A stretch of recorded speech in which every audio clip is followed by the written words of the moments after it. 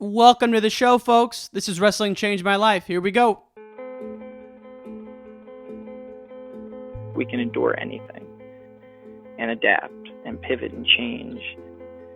Wrestling gave us that ability. I would say nothing in life has impacted me more than the things wrestling has taught me in terms of self-reflection, resilience. Toughness. Some guys have it, some guys don't. Adversity, 100%. How to pick myself up and be a man after I failed. And everything that has shaped my life and where I'm at today would not be there without the values and basically the lessons I've learned through the sport of wrestling. For me, wrestling saved my life because it allowed me to focus and channel my energy. We're fortunate if you wrestled, because if you wrestled, natural talent helps, but it's 5% of the ingredient. It pales in comparison to heart and technique and effort. It humbled me, taught me humility. Nothing can humble you more than wrestling. I think it's the learning to adapt, right? You learn how to adapt, you learn how to solve problems. You know, if I look back at my time I spent wrestling, if it gave me one thing more than anything else, it's mental toughness. Yes, ladies and gentlemen, we've done it. It's another episode of Wrestling Changed My Life. Get excited for this one because we have University of Iowa head coach Tom Brands today. Coach Brands has won 3 NCAA titles as a head coach of Iowa. He was an Olympic gold medalist, the 1993 world champion, and then as a competitor, wrestling under the great Dan Gable, salute Dan Gable, he was a 3-time NCAA champion. What more can you say about this guy? Let's get to the interview. But before we do, it's Fan of the Week time. And this week's Fan of the Week goes to Nick Cole out of Riverside, Iowa. Thank you so much for tuning in. We greatly appreciate it. Also want to give a shout out to DB Digital. That's DB Digital. It's a digital agency, and they're redoing the website for the podcast. And what I love about it is it's run by a wrestler, Dalton Bullard, who was a really gritty wrestler in Illinois in the mid-2000s, multiple-time state place winner. I know he put a knot on my head. And he's just doing a great job. And so if you need any type of digital work, websites, logos, etc., give him a shout. He can be found at dbdigitalagency.com. Now, without further ado, let's take you to Iowa City, Iowa, to the office of head coach Tom Brands. Peace! Coach Brands, honored to be sitting with you here, sir. Let's just start with kind of the beginning. I know Randy Fakis got you involved with the sport. How did that all kind of transpire? Actually, it was 2 guys. A guy that bought my dad's business from him. My dad ran a body shop in Sheldon, Iowa. Learned the trade from his dad, who learned the trade in the Navy. And then Richard Morgan bought the business from my dad. And Richard Morgan and Randy Fakis, you got to give them credit. One was kind of a hobby bodybuilder, Richard Morgan, and then the other one was a crop and hog farmer that could tight waist and chicken wing you to death. That was Randy Fakis. So it was a natural when they came over, and I have a twin brother, as you know. It was a natural for us, and we didn't even know what we were getting into as far as the history of wrestling in Iowa. We didn't know anything about it. We're first generation wrestlers. And so what time in your life is this? Is 5th grade, middle school? Yeah, this is 11 years old. Okay. Yeah. And what's your first memory of Coach Gable? Gable, the Iowa, Randy Lewis was from South Dakota, but he was, on the boycott team. Mm-hmm. And, Chris Campbell was on the boycott team. My first wrestling camp was in Lincoln, Nebraska, and Chris Campbell ran the whole camp. Okay. And he was a Hawkeye. Yeah. And I remember seeing his discipline and his approach, and he would talk about Gable. But Gable was it was kind of like misty. It was cloudy. It was like, I didn't know he was, a bald guy with glasses, and didn't know the story about his sister, and didn't know who Bob Siddons was. I was totally ignorant, Terry and I were. But we were both history-oriented. So it was a natural to be curious. And the first thing we did when we started to get the bug was figure out the highest place you can go in wrestling, and that was the Olympic Games. And so that's when, you research that, and then all of a sudden you find out there's, wrestling in the Olympic Games, which you watched, skiing, downhill skiing, and you watched, maybe gymnastics or whatever, and then all of a sudden you're at a wrestling camp with Chris Campbell. So That's kind of how it started for you. yeah, you see the impact that boycott had, because that's the year we started, was in 79, 80. You think about Chris Campbell beat Mark Johnson in the NCAA finals. Then Mark Johnson comes here as a GA. He was also part of that 80 team. So a lot of connections on that 1980 Olympic team. Yeah, I mean, it was, you look at Johnson, he didn't avoid him either. He could have maybe went one way or another to, as a matter of fact, that was when the rules were, you could go down a weight between the Big Tens and Nationals. And Johnson would wrestle and win the Big Tens, and then he would go down a weight for the national tournament. Wow. Pretty sure. Check out your facts. I will. So Mark Johnson was, a coach for me in, my first years of college with, he was Gable's right-hand man, so to speak. And, you talk to the teammates in that class, Mark Ryland, Bart Chelsvig, me and Terry and Doug Stryker, and Mark Johnson was a strong favorite in that wrestling room for us. He was a straight shooter. He was loyal, and you had to earn that loyalty. And if you were on his bad side, I don't know how you ever got back on his good side, because he was a guy that didn't have a lot of time to waste with kind of wishy-washiness. You say that name, that brings back a lot of good memories and obviously a lot of development for us. Yeah. And so you start wrestling, you get into high school, you win state title, then you get to Iowa. What was it like your first month or two here? Was there a tough transition to go through? Again, we were ignorant. All we knew is to fight. We fought with each other our whole life in a healthy way. We just knew to fight. And that ingredient hasn't left my philosophy. When guys put their head down on the mat and let guys run around behind them, or they quit trying, that's a metaphor for failure. And, you look at how life is, you don't get a lot of chances. First of all, life goes quick. And second of all, your health goes quick, meaning I couldn't do it now if I had to. I'm over 50 years old right now, and I don't know how you put that ingredient into somebody, but you try to do it every day because, talent is more prevalent than fight. And fight and attitude and accountability is a talent. And for some reason, Terry and I had that. And so when we got to Iowa, we got better, and we didn't even know we were getting better. And all of a sudden, after half a year or 3/4 of a year, you're in that wrestling room, and you're not beaten, but you're going even and getting the best of them some days, some pretty dang good guys. And you're looking around, you're going, you know what, I'm pretty good. Yeah. But you didn't look around to get a big head because somebody would knock it off. And, I mentioned Randy Lewis when we were just catching up in the background before this interview started. And Randy Lewis is one guy that I never got the best of. So there was always somebody that was, above you that would knock your block off. Joe Melchiori, I've been choked out one time in this sport, and Joe Melchiori did it. And I remember waking up, and he was laughing hysterically and slapping me. Hey, wake up, Brands.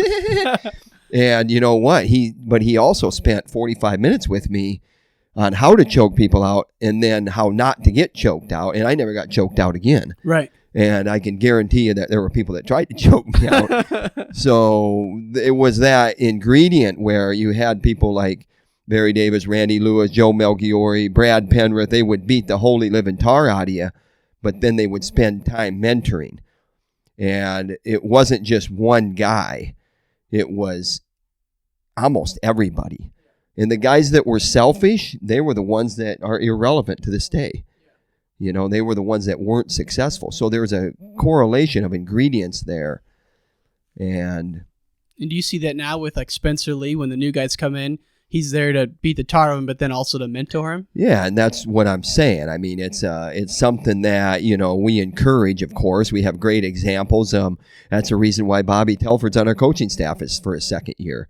And people will tell you that Bobby Telford is outstanding, and the reason why is because he's not selfish. and he's a good ingredient and a good teacher, but he's not selfish.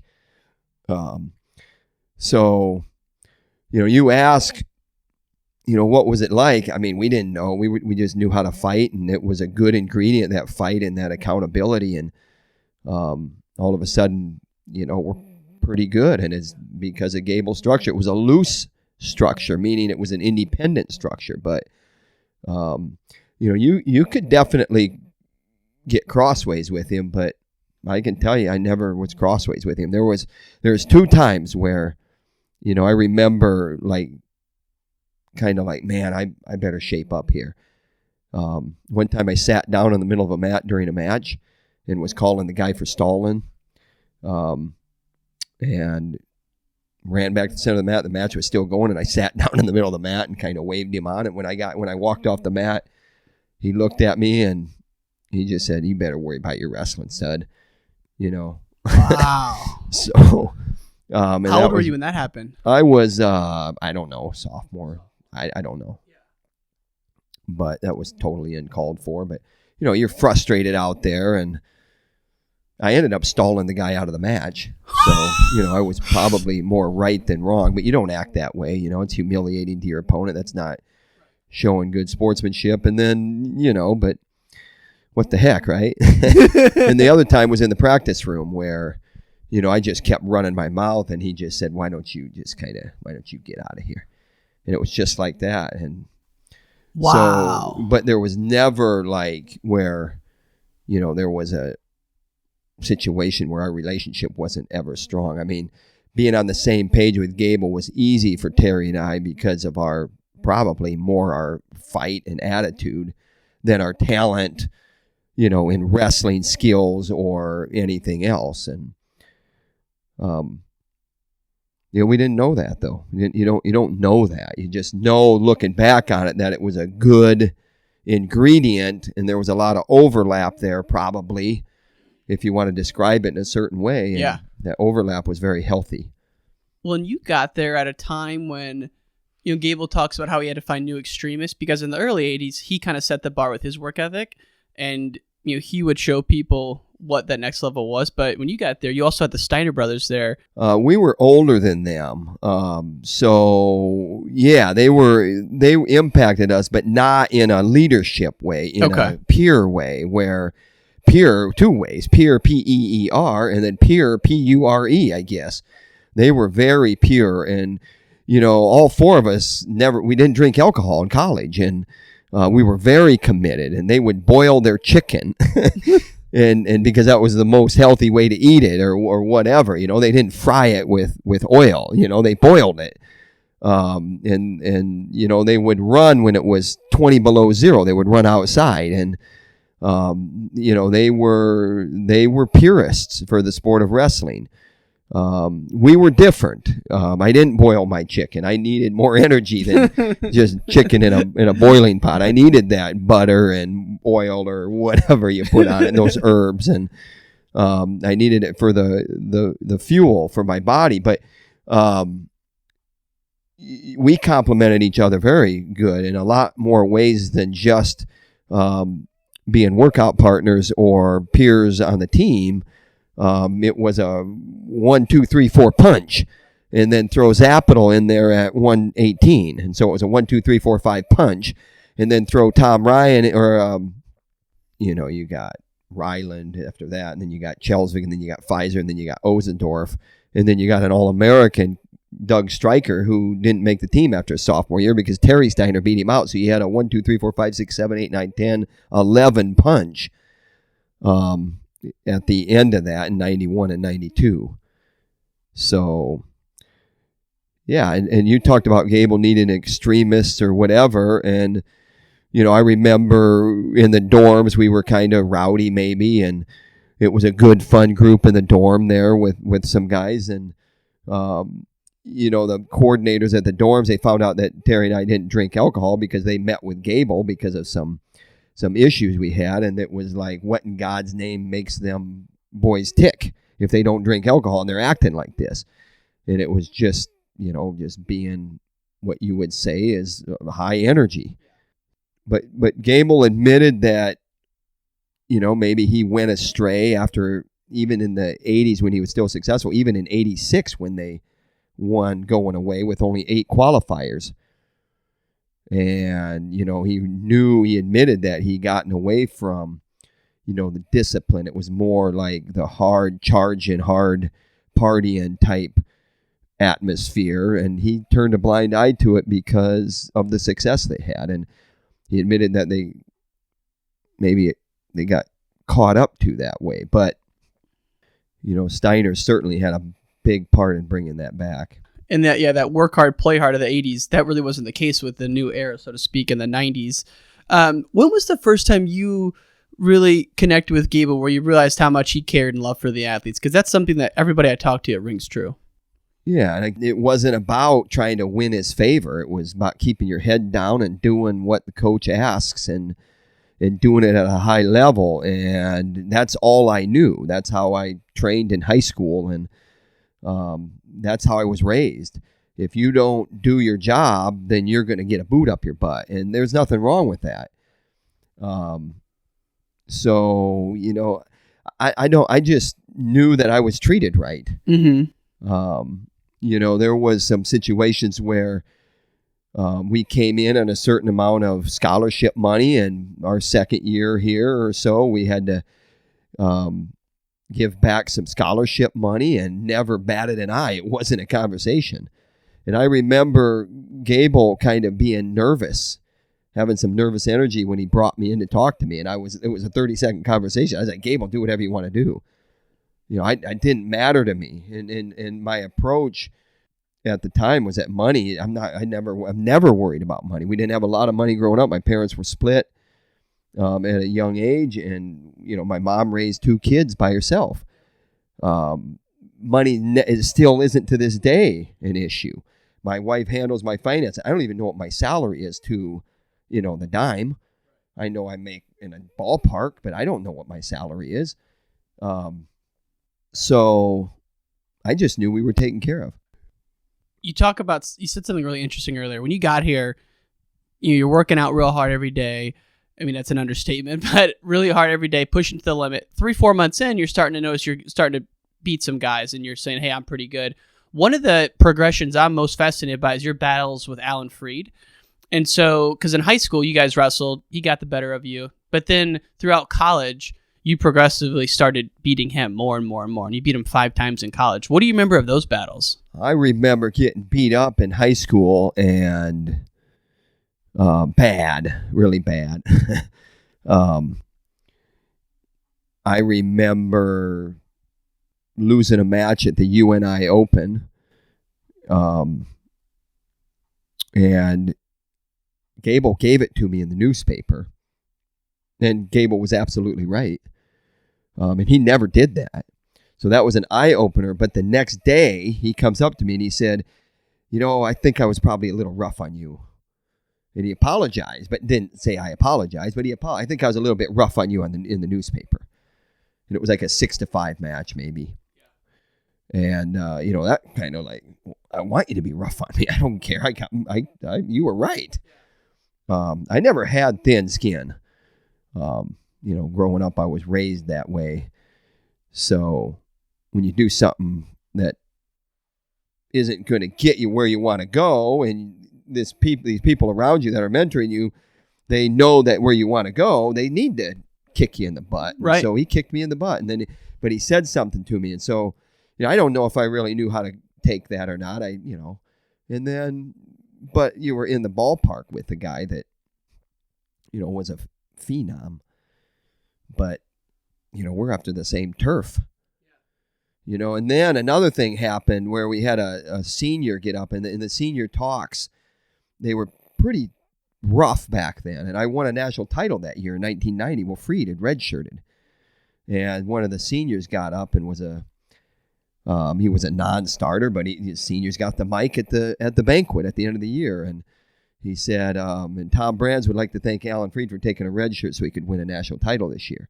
And that really pissed me off. I was motivated, and I could probably speak for Terry a little bit, more to prove people wrong in that category. whether it's healthy or not, and you can say what you want. You can even say that, well, motivation isn't even a thing. Well, you know what? Depends on how you define motivation. You know, if motivation, you know, it's easy to be motivated one day and not the next. Well, that's not how I define motivation. Motivation is what I wake up with every day, and I still fight every day to beat the competition. I'm just fighting 100 opponents instead of, you know, my weight class. So that really pissed me off. And here's this no-name senior, and this is how I looked at him. He's a good friend of mine, but this no-name senior that wasn't even in the lineup, but was probably third or fourth string, gets up there and says that, and that stuck with me. And so there were three things there with Freed. One, you're kind of closing the gap, but Gable still called you out. And so what did Gable expected me to? He didn't expect me to close the gap from a tech fall, which was 15 points when Freed beat me in 1985 or whatever it was, 86, you know. And then it's a 6-5 match that I basically blew, you know. And then the first time I beat him was in the All-Star meet the next year, and I kicked out. He was in on my leg, and I kicked out, and my shoe came off. And I bit through my tongue, and that's when I started. After that match, I started wearing a mouthpiece, and I ended up beating him in overtime.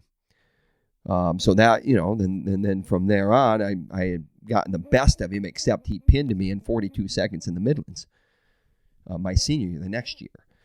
So that was your senior year when that happened? Yeah, he was a worthy opponent. I was undefeated as a junior and had a whatever match winning streak, and then, you know, Midlands finals my senior year, he pinned me. But didn't you beat Freed in the finals your junior year too? Yeah, I'd gotten the best of him. When I beat him in the All-Star meet, I had beaten him. I beat him in the U.S. Open one year. You know, you go back and beat him in the finals in 91 and 92. I beat him in a dual meet.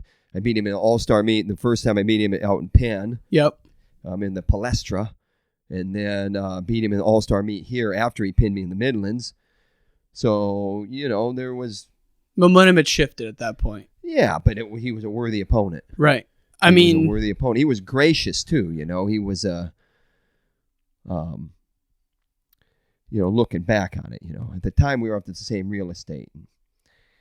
So, anyway. Yeah. No, it's fascinating because talk about... I don't mean to interrupt you. Please. About Freed... And it's, you know, I'm talking about it. I'm giving myself credit, but this is about Gable. And there were three things that happened, you know, and you know, two of those things were Gable. Gable gave it to me in the Cedar Rapids Gazette, and then he apologized for it. So what's going on here? You know, there's some mind games going on there. And it's the only time that I really remember where, you know, this guy... You know, he's pushing some buttons here. Everyone says that about him, that he played mind games in a certain way. So Barry Davis said when he wrestled Bobby Weaver as a true freshman, Bobby Weaver was the Olympian in 80. They get to a duel. Barry's got to wrestle Bobby. And Gable goes up to Bobby. He's like, "How you doing, Bobby? Great to see you." Like he was being all chummy with him. Barry Davis gets pissed off, goes out there and beats him as a true freshman. Yeah, and that ingredient is rare because Gable was probably genuine. With his, I don't think he was pushing Barry's buttons. I think Barry imagined it. And I'm not speaking for Barry or Gable. But I just think that ingredient is rare. And you see the rage right now in all these books with these veterans and these people that are in the special forces.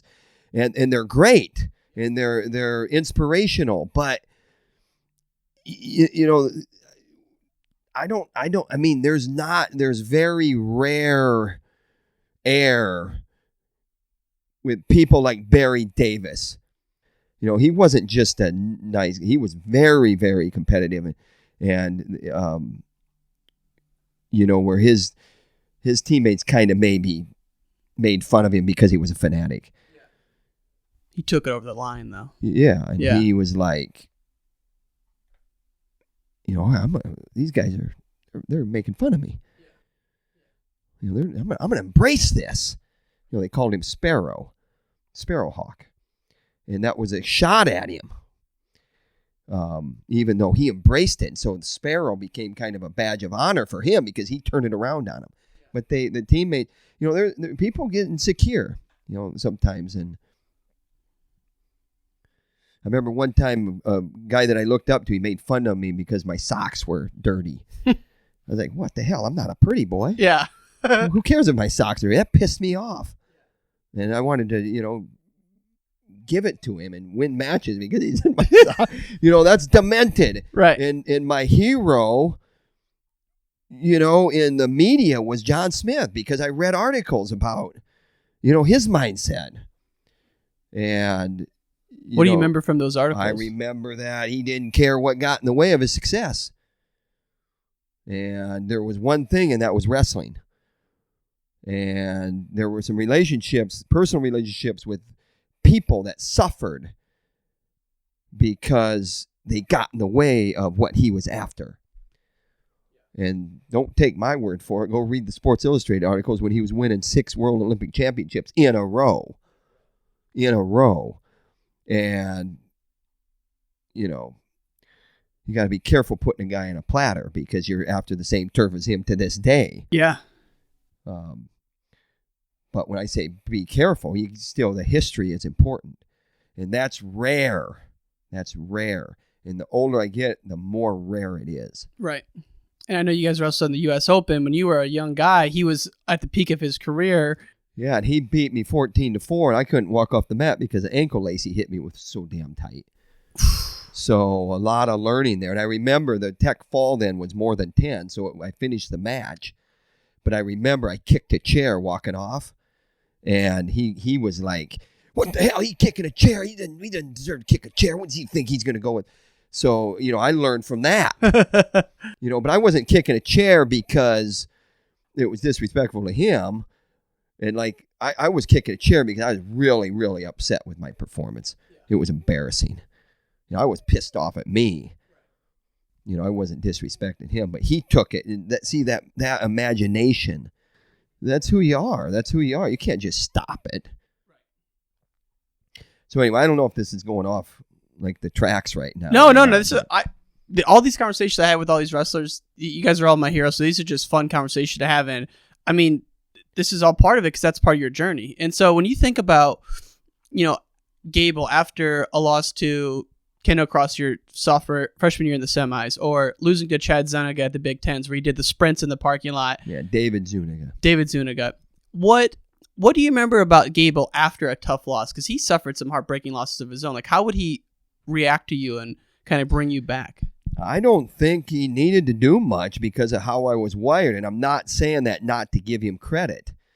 I didn't go run sprints, in the winter football snowy field at Northwestern University after the Big Tens my sophomore year because Gable said, go run sprints.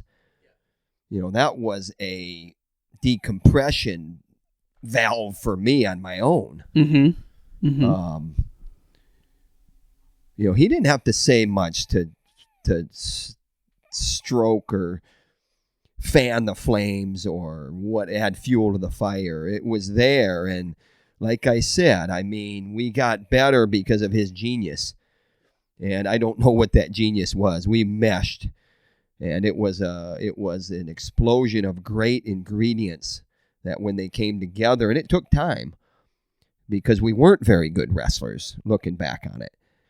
So I don't know if he had to do much, but he would say something. I remember we were getting ready to go to Penn State, and I was a first year in the lineup, and it's before Christmas, so it's early. And remember we were getting ready to go. We were leaving either that afternoon or the next day, and it was a light workout. We were drilling. I was working on some things I was wrestling Jimmy Martin.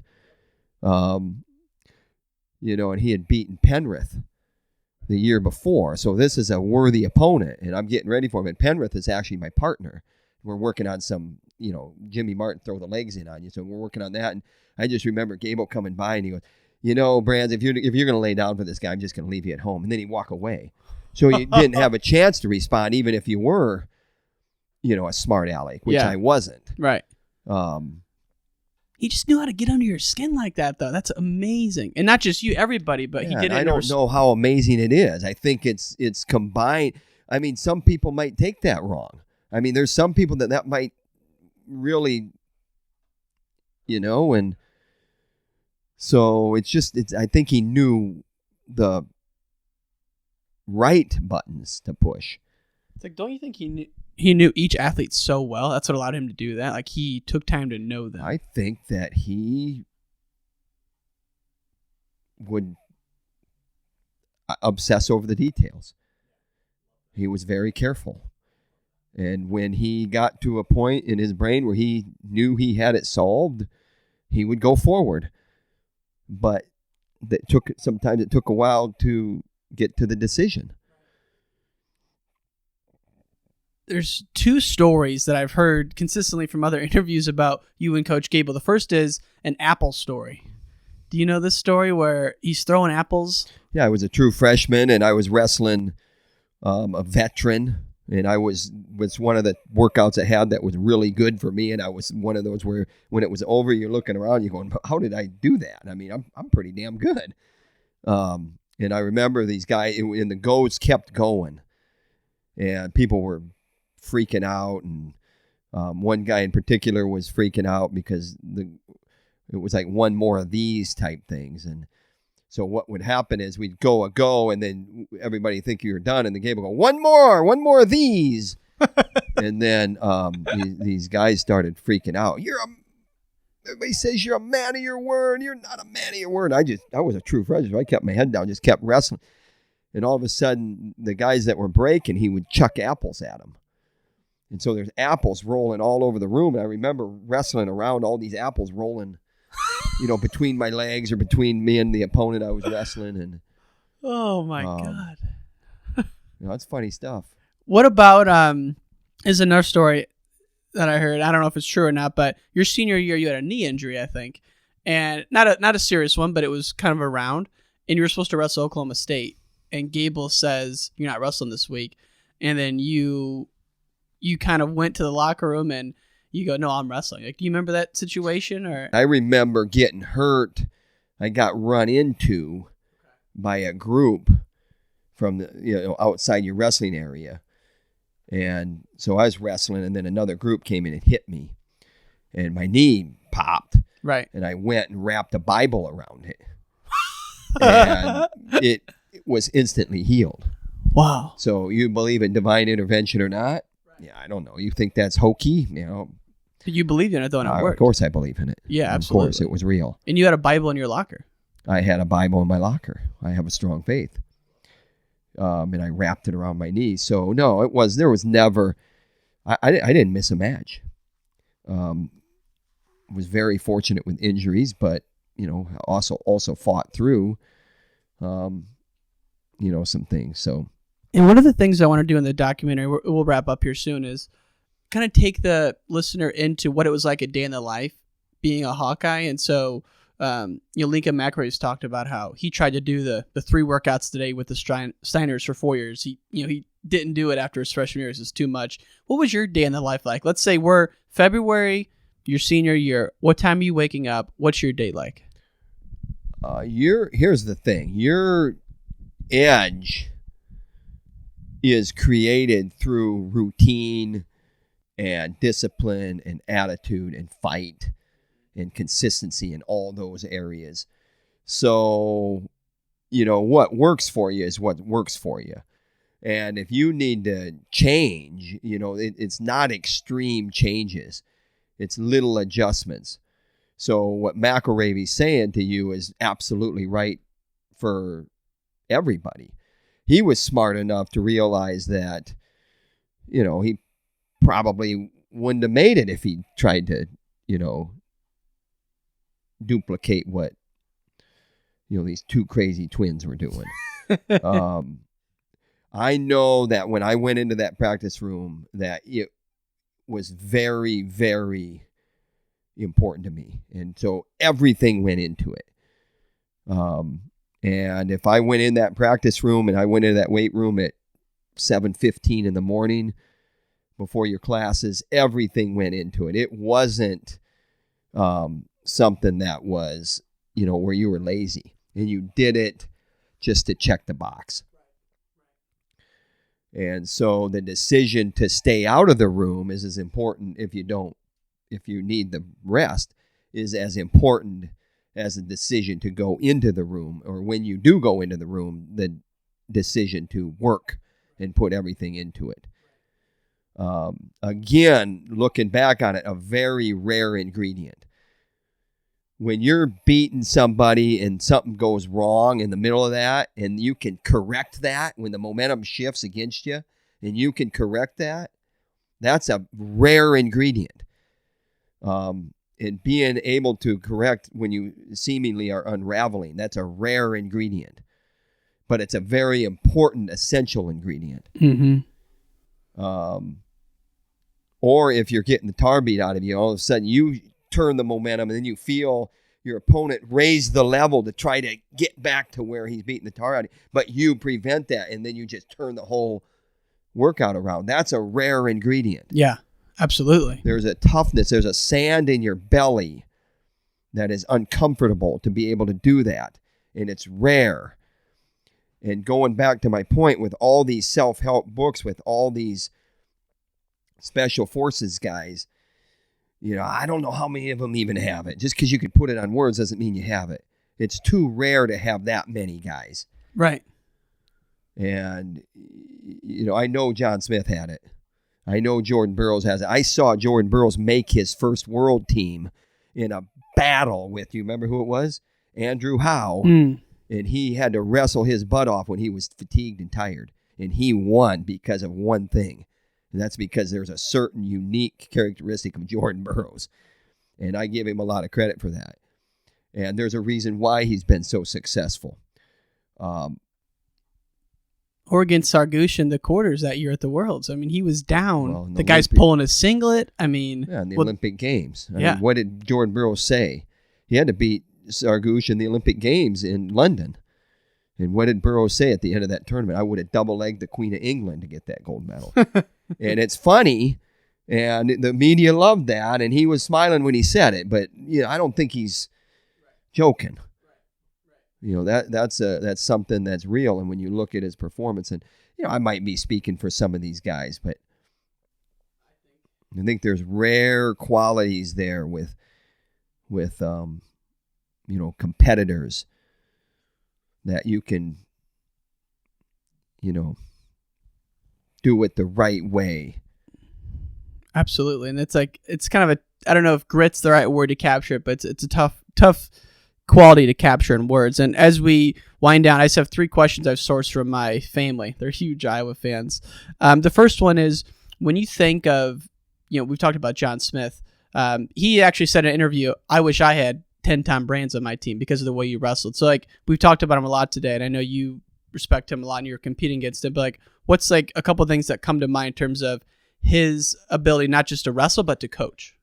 When I went to Virginia Tech is the best that my relationship was ever with him. I think I was off the competitive radar, not because he's a jackass, just because he's very, very competitive.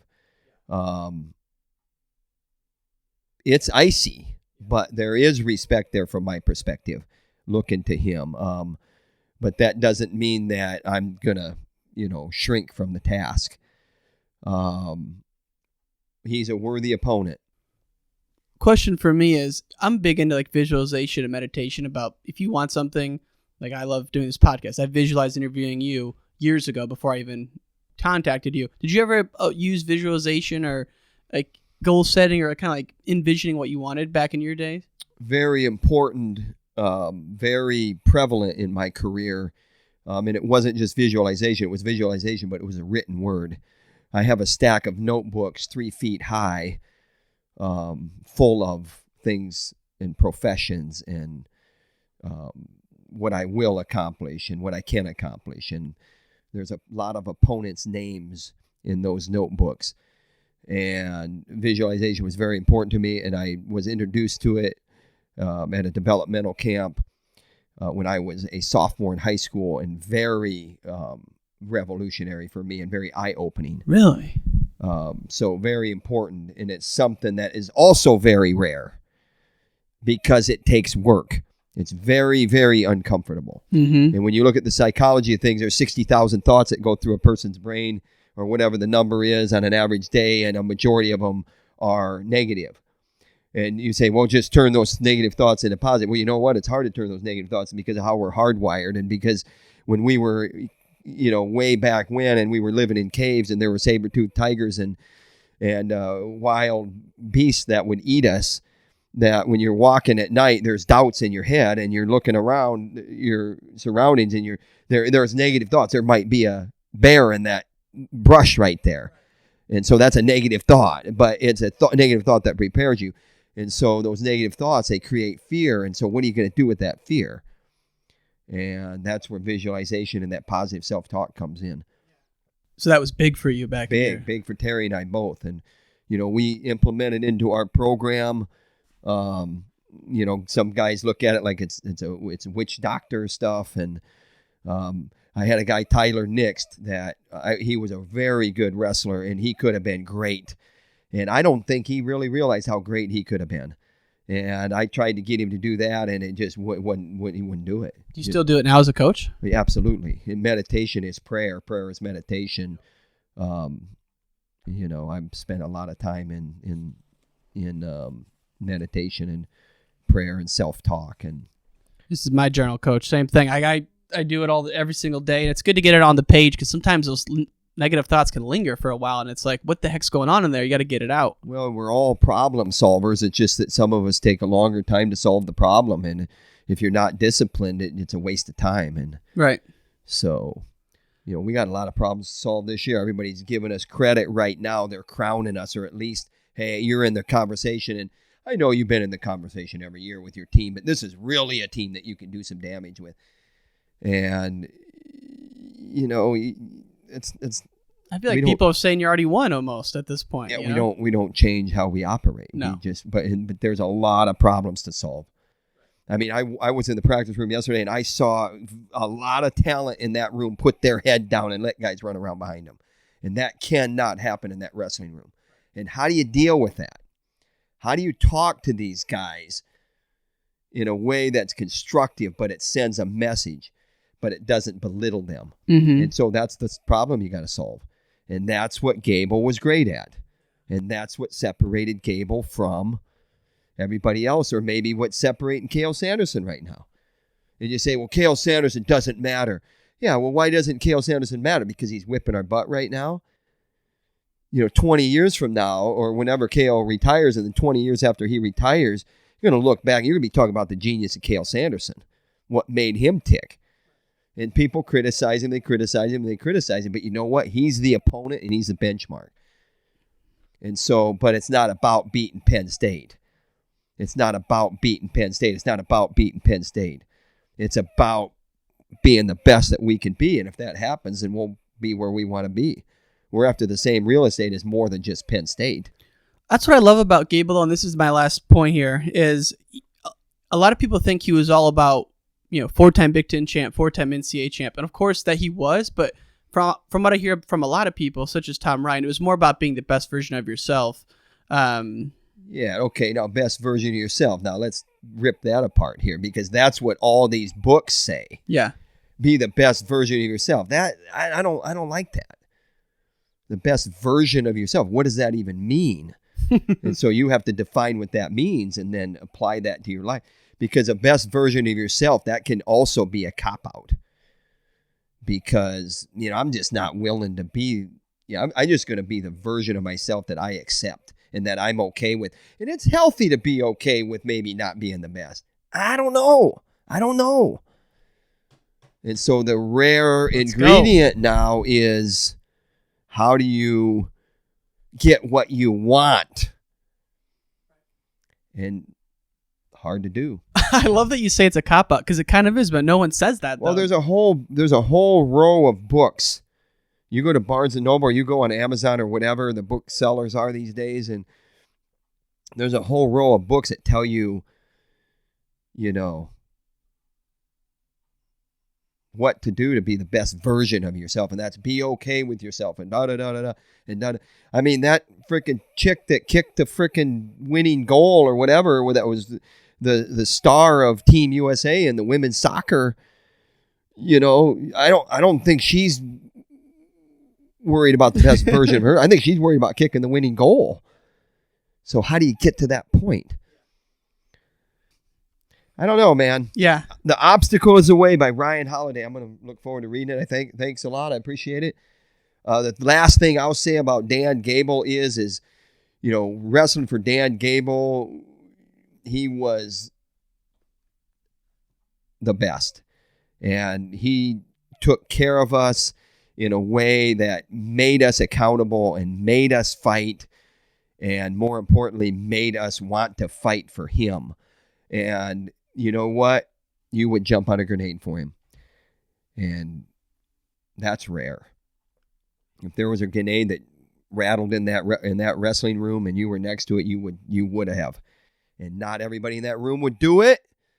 And they're the ones that probably didn't. Barry Davis would have jumped on a grenade for Gable. He said that yesterday. Okay, well, I'm speaking for him. That's and he crazy. said it. Yeah. And Barry Davis, I love Barry Davis. You talk about contagious. I mean, he would give it to you. He was a mean bastard in that room. And I remember my shoe came off in a scramble one time. And this is when I was looking around after 6-8 months and going, hey, I'm pretty good. And I remember my shoe. See, my shoe, that's a theme. My shoe came off. That was my secret trick. But my shoe came off in a scramble, and he kind of hesitated because, you hesitate when the shoe comes off. And I plastered him. And so he hesitated, and I took him down. And I remember how pissed off he was. And I just remember going, Barry, you taught me not to let up ever. So it was a credit to him that I kind of cheap shot at him because I knew he let up. Yeah. But I also cheap shot at him with some words and said, Barry, you let up and you taught me to never let up. So here's the student, turning the tables on you who, I give you full credit for me kind of cheap shot you when you let up and reached down to grab my shoe. So Barry Davis, I mean, this is a trip down memory lane, but thing about Gable is you got better and you didn't know you were getting better, and all of a sudden you were pretty damn good. Take on the world. It's a great way to wrap it up, Coach. Thank you very much. Thanks. Appreciate it. And all great things must come to an end. If you enjoyed this episode, please subscribe, give us a review, give us a rating, and share this with your friends. It would mean the world to us. Thanks for listening to Wrestling Changed My Life.